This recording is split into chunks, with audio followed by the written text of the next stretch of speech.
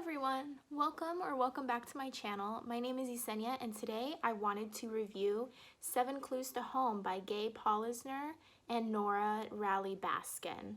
So I actually received this as an ARC from Random House Children's Books via Netgally in exchange for an honest review. So I'm really excited to get into this one. A brief synopsis of this story. It is a middle grade novel that centers around our main character named Joy, and it is her 13th birthday.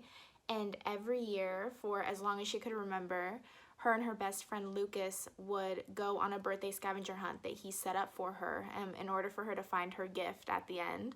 And unfortunately, the year prior, he had passed away in a tragic accident. So he had set up a scavenger hunt for her, but she hadn't done it. So on her 13th birthday, she decides to complete the final scavenger hunt. I absolutely adored this plot.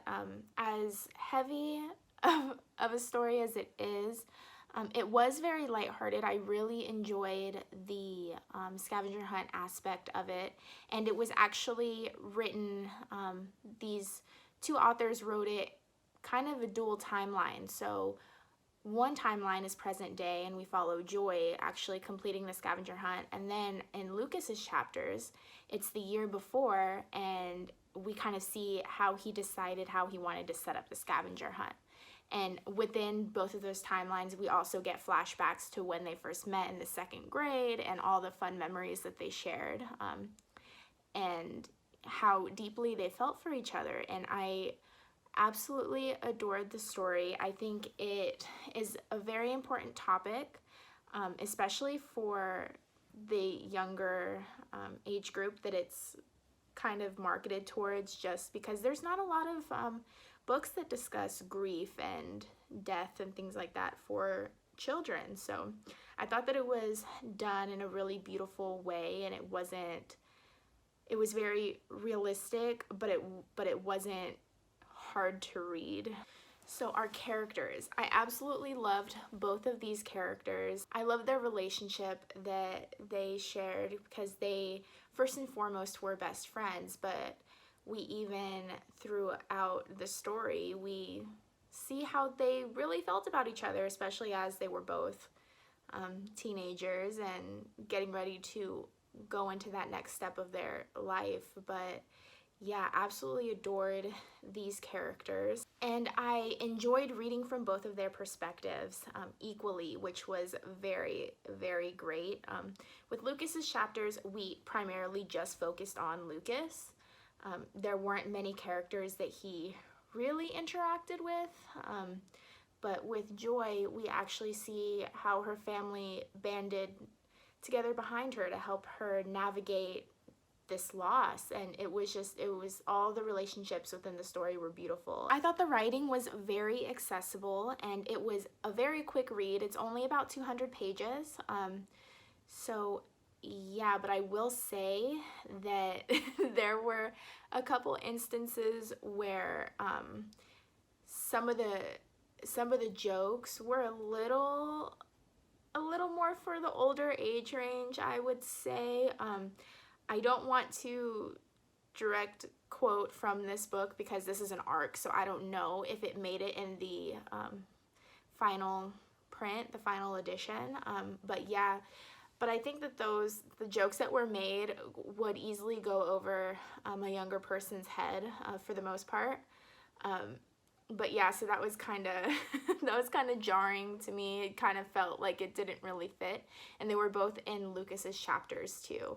So then again, I'm not a young preteen boy, so I wouldn't really know if that's how they were speaking at that age.